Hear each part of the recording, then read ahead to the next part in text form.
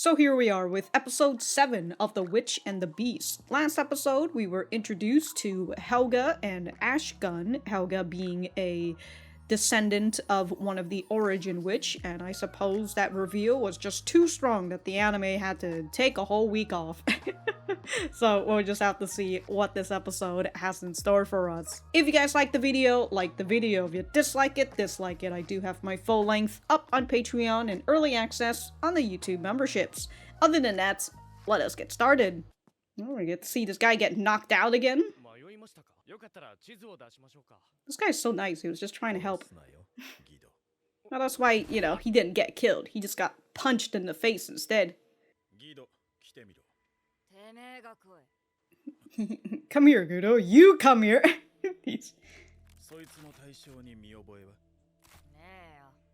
Gives her a bone. Man of Ice. Matt Kuga. Wow, holy shit.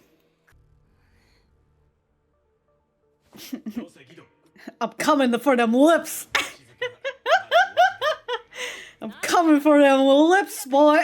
Girl, sorry. Your strength is out. Ace in the hole. Gotta case him up first. Yeah. What if he has another ace up and sleeps? That hot guy.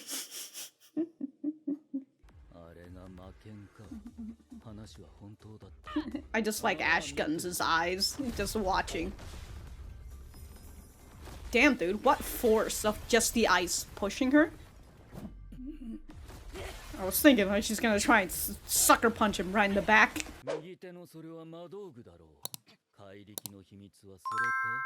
Is it a secret to your superhuman strength? I'll thaw you out later. Damn, is he just in caving? Oh no, he just, well, kind of like an equivalent of nuking the place. What an elemental. Primordial. Ah, so he made a pact with an elemental. Okay. Okay, there's a difference in the mages. Oh my god, that's a giant stake on her. No wound or anything. Uh-oh. Hello. I'm here.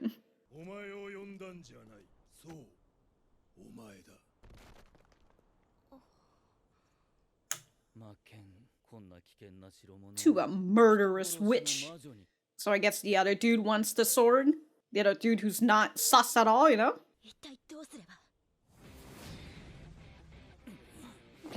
Oh, here's Guideau coming back again. Ho ho! Oh, fire!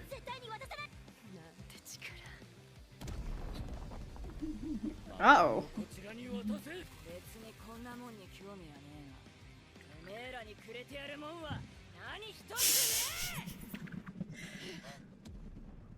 Damn, just toss Ashgun out. Look, if nobody can get it, the better, you know?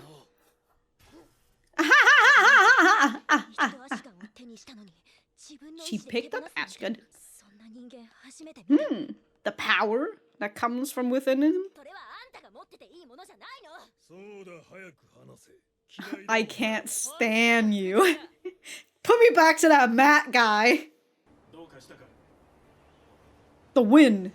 It's changing. Damn. Just an icy mist coming. Well, everybody's evacuated, so.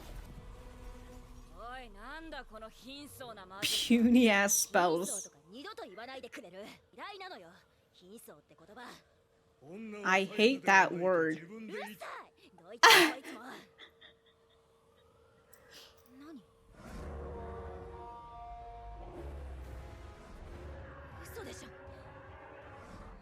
Damn, man's pulling out the big guns! Okay. Pontevet? Blessed with great weather. On the house. And passionate men.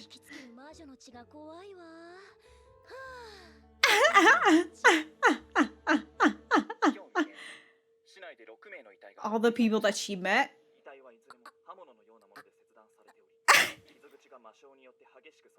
Uh-oh. Or is that just Ashgun? Or is she somehow fucking... Oh, what a coincidence. What could I do? Sealed away like this.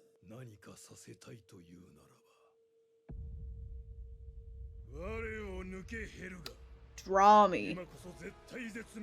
Uh-oh. But it's gonna destroy the world. Ooh, just frozen up. Oh, he doesn't like him either now. Oh wow, that's just a giant metal sheet in armor.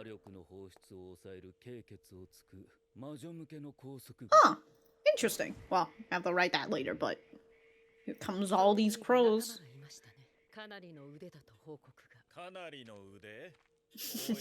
I'm just a humble man. My god. How much magic does this guy have? Like, practically unlimited? You want to join the organization? The order, there you go. Don't you think it smells fishy? Convenient witness. Why is she killing him so simply? So simple? Oh, all those crows.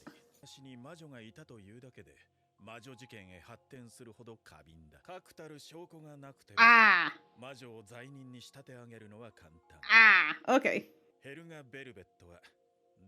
So yeah, they're just bringing her directly to that guy. Uh-oh.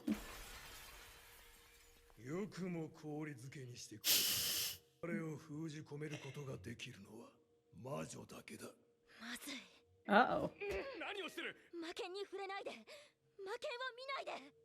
Uh-oh.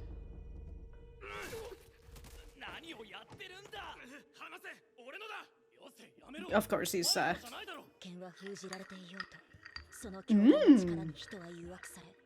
that's why she asked if Ashgun is the one who did it.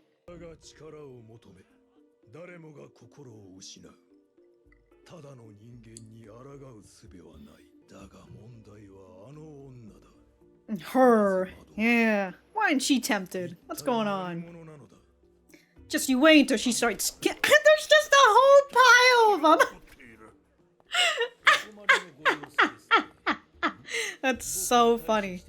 Uh-oh. Well, good thing Matt's not here, huh? And also that other woman, too. Ashgun. Aren't so well organized. Damn, just fuck them up.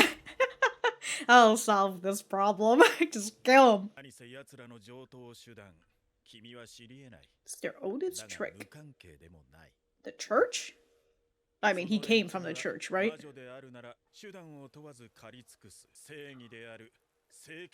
Ah. Ah, they did say the dark side. Executioners, that's the dark side. Okay. Create? You can create? I thought he was just gonna suck this man up. Wait. No, he just brainwashed him. Yeah, I thought he was just gonna suck him up like it's Bakano or something.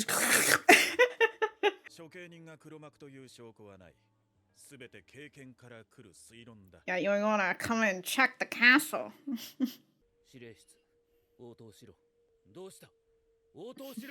Sorry, they got roasted. Holy shit! What the? The other woman. I guess she was...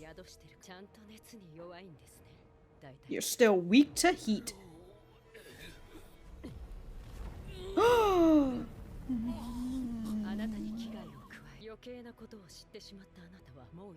Not if you've learned too much. Uh-oh. So she is also a part?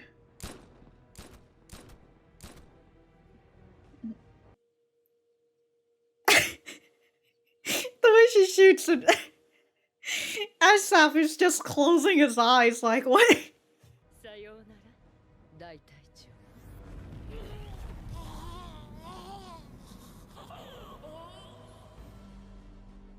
Well, there goes Matt. Hold on. Just hold on. Well, at least you'll get a first kiss, probably.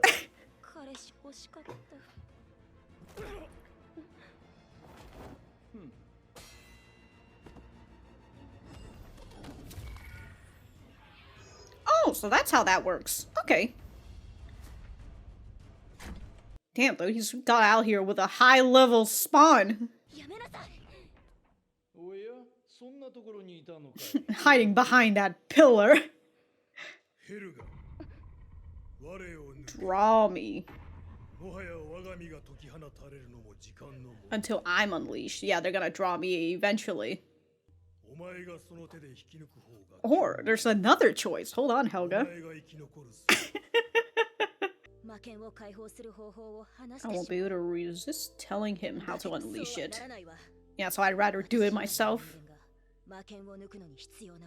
Anyone but me.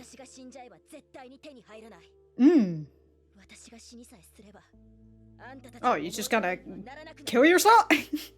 I mean, you're just gonna bite her tongue?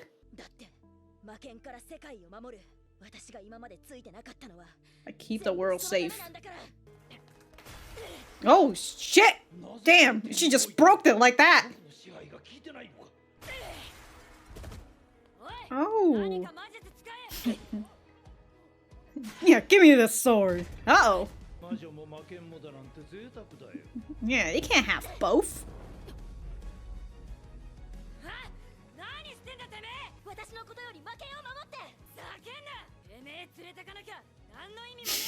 Yeah, I'm not here for a sword, I'm here for you!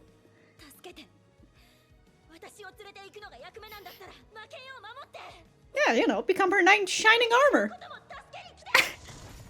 Oh no, Bowser got Princess Peach. Oh, that man's hand is just... Hope doesn't suit you.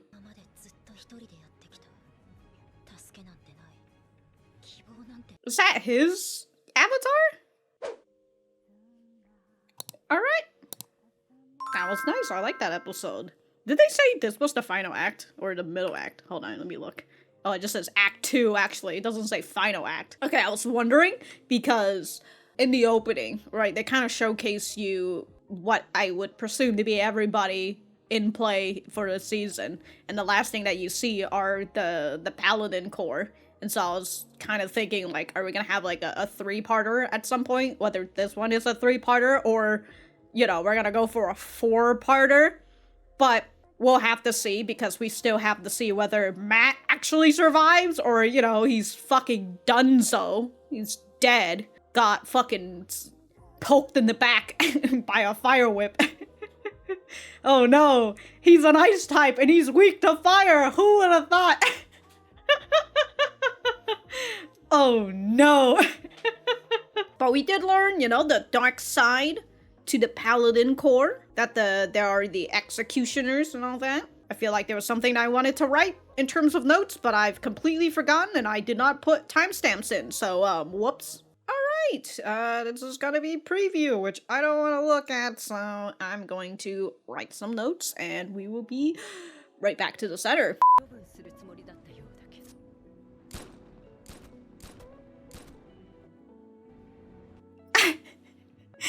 There's just something that's so funny about this. The fact that she's just like, pa, pa, pa, pa! And Ashraf's just like, oh, man, I'm dead now. Like, you didn't even see any, like, a little bit of, like, a blood score or anything, you know? Just go pew, pew, pew! Ashraf's just, I'm dead now! It's so funny.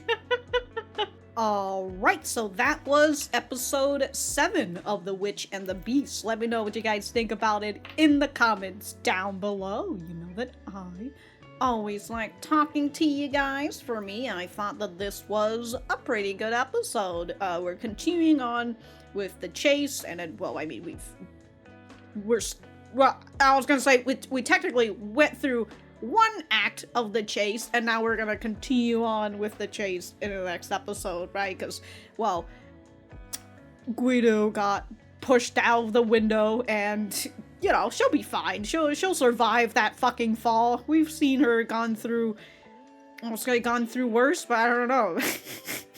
But, yeah, we all know she'll be fine. Just like Ash Staff will be fine after getting fucking shot with a, what was that, a Luger pistol or something? For Matt, though, I suppose we will just have to see if he survives or not. We have not seen any characters who are introduced die just yet, or at least characters who are particularly on the main characters' side, right? We haven't really seen them just straight up die. So, like, we know that Helga, well, she's been taken prisoner now, but, you know, she's not going to die. I mean, she still has a role to complete, which is for Guido to come and smooch her. So we still got that. But for Matt, you know, I would presume that he survived just based on the survival chances of everybody who eventually gets towards the main character's side, you know? All he needs to do is just be like, hey dude, I'm on your side, and then, you know, his survival rate will go up. But again, we'll just have to see how he will survive that fiery attack. Again, who would have thought that a man made out of ice is weak against fire? So in this episode, we had a little bit more Guido and Helga interaction, with Guido having to come in to help Helga escape this whole thing. She's just out here coming in.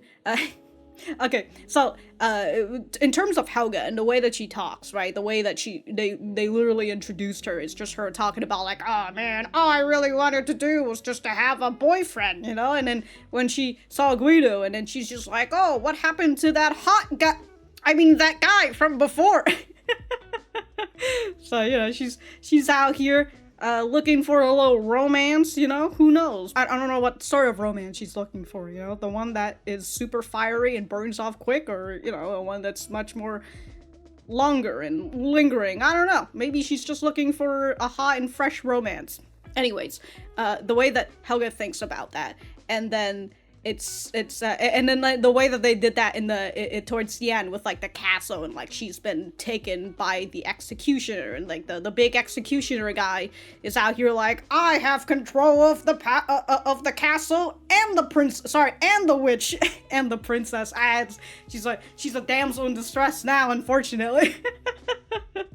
But yeah, Bowser's out here taking over the castle, and Helga, sorry, I'm a little bit everywhere right now, but Helga, it tells Guido, hey, yo, if you want me, then come and rescue me.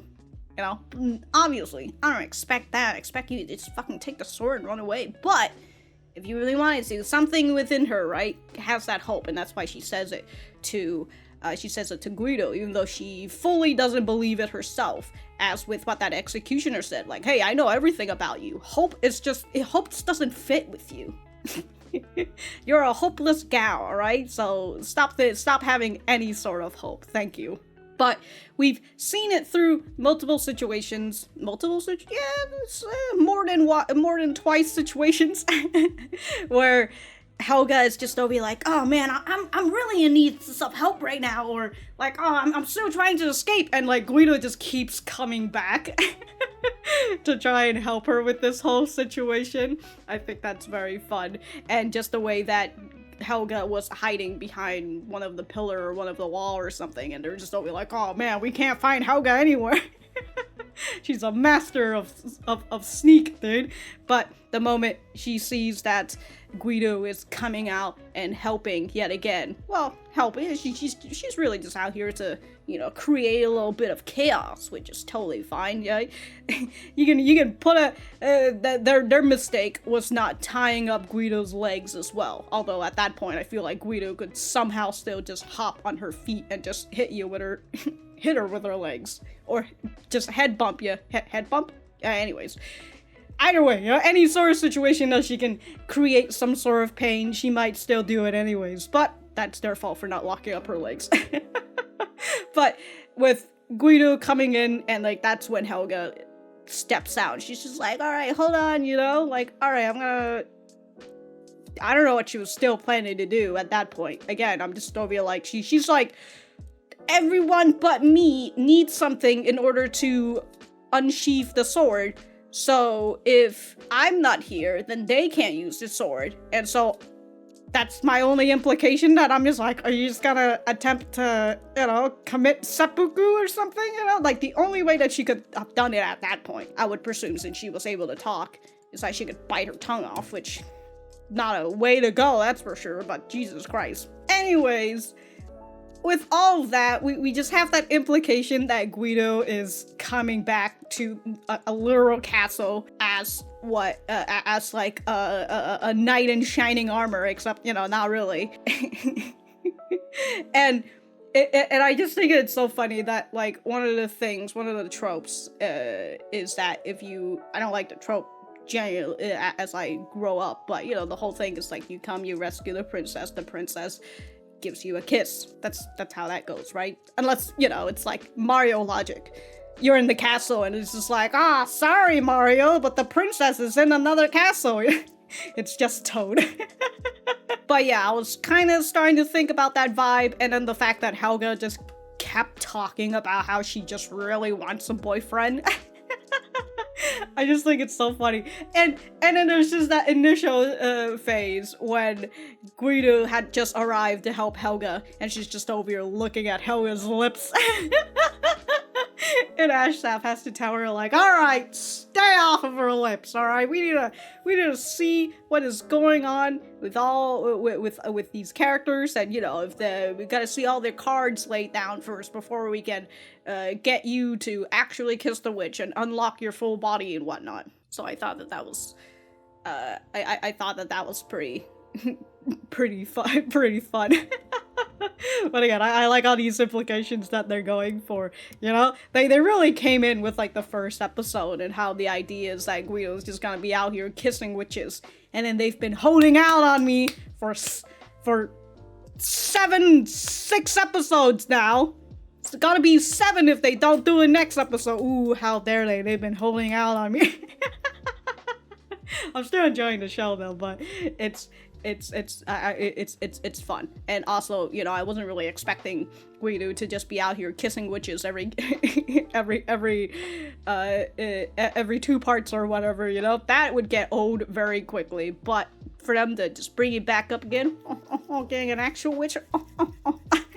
Actually, now that I think about it, isn't Helga like 17 or something? Alright, I've decided that I'm gonna get off of this topic. A detail that I like about the Paladin Corps is how they use the mask. With all the Paladin Corps, the people on the surface, they're wearing half mask well, they're just wearing eye mask, right? So it covers up their identity for the most part, but you can still kind of see, not kind of, but you can still see the humanity within them, right? That they've got, you still see their lips and like the rest of their face and everything. You just don't know their identity for the most part.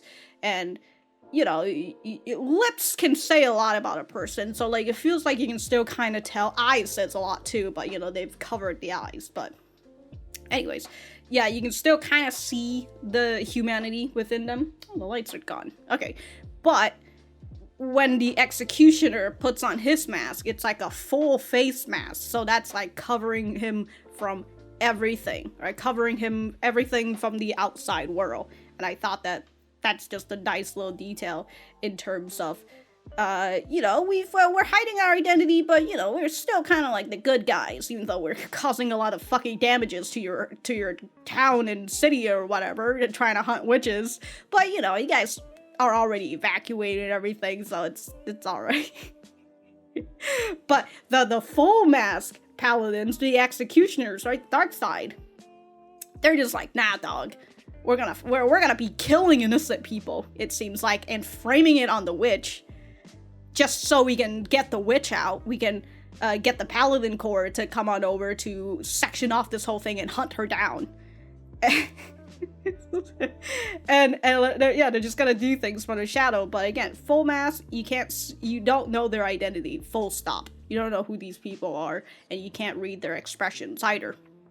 So I thought that was a nice little detail. But also, in terms of what Ashstaff was talking about to Matt, and how the fact that witches, they're not as feared anymore, but it's still deeply rooted into the culture, the whatever, you're still deeply ingrained, and so because of that, it's pretty easy to just blame it on a witch and like not really have hard evidence against it, right? They've got like witnesses and all that, but if you just say, oh, a witch did it, and it's just like, that's it. You know, witches, they just be bad. Witches, you know, they be bitches out here. Like,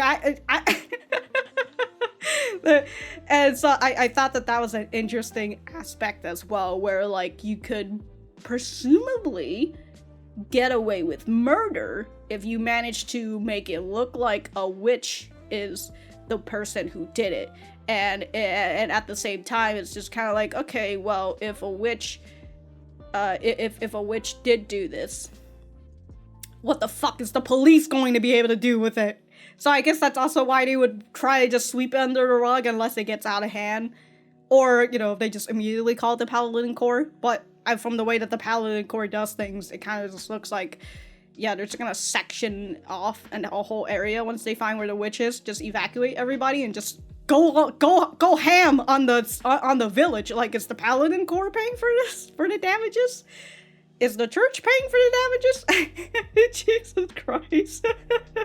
Oh yeah, Lowell, the girl who has the fire whip. I was wondering if, like, does she just specifically work for the executioner? Like, she's just kind of on the surface to just keep an eye on everything, but like she's relaying stuff to the executioner, or if she was brainwashed the same as that other dude who, you know, we saw got brainwashed by the executioner. But from the way that she kind of talks, I would presume that she works for the executioner as well, until, you know, they take off her mask and her hat and everything. We see like the purple swirls that's like in front of her forehead. But until then, I'm going to presume that she is working with the executioner, or she is an executioner, but she's in disguise and whatnot. And she's just over here having to kill Matt now that he knows a little bit too much. Should have stayed ignorant. Hey, Matt. You know what? For a guy who's made out of ice, he kind of made a bad play on putting one of his close commanders as a person who's, you know, in control of a fire whip. I suppose, is that why Lowell... Was it Lowell or was it the other dude? I can't remember whether their dialogues are like inexchangeable for me right now, but was it Lowell who told Matt not to go in alone? Because if she was the one who said that, and like now that we know that she's working with the execution, or she is an executioner, then that probably makes it understandable and why she wants to be with him, in case he learns a little bit too much. Who knows? But the executioner himself had already had the plan of like, well, I kind of expected this to happen when you guys brought the demon sword in, right? He left that specific point out, knowing that these people will touch the sword and then they'll go a little bit too power hungry for it, and they're gonna fight with each other over it. So I thought that was, well, I mean, no, I don't know where that sentence was going, so I'm just gonna scratch it. But the one thing with Ashgun, the demon sword, that puts a little bit more interest in Guideau is that Guideau, and also from the executioner as well, Guideau, I would presume she just bounces off any sort of manipulation magic off of her, because like what we've learned from Guideau is that she is a natural enemy to witches, or a natural enemy of witches. So does that mean that magic doesn't affect her? At least magic that doesn't deal her physical damage anyways. You know, like if Helga fucking points swords at her, that's still going to hurt her, but like specifically magic that's like for the mind or something, does that just not work on Guideau? Because like we saw it happen twice here with Ashstaff the gun, that's what I was gonna say. Ashgun, the demon sword, and with the executioner and how he was trying to brainwash her, and that just didn't work. So that was another interesting point that we learned about Guideau. And you know, just them thinking about, is she human? What is happening here? And you know, they will find out that she is in fact not a human. But we'll just have to see what's going to happen in the next episode. If I have anything else to say, I will write it in the description down below. Thank you guys for sticking around, and I will see you guys in the next episode.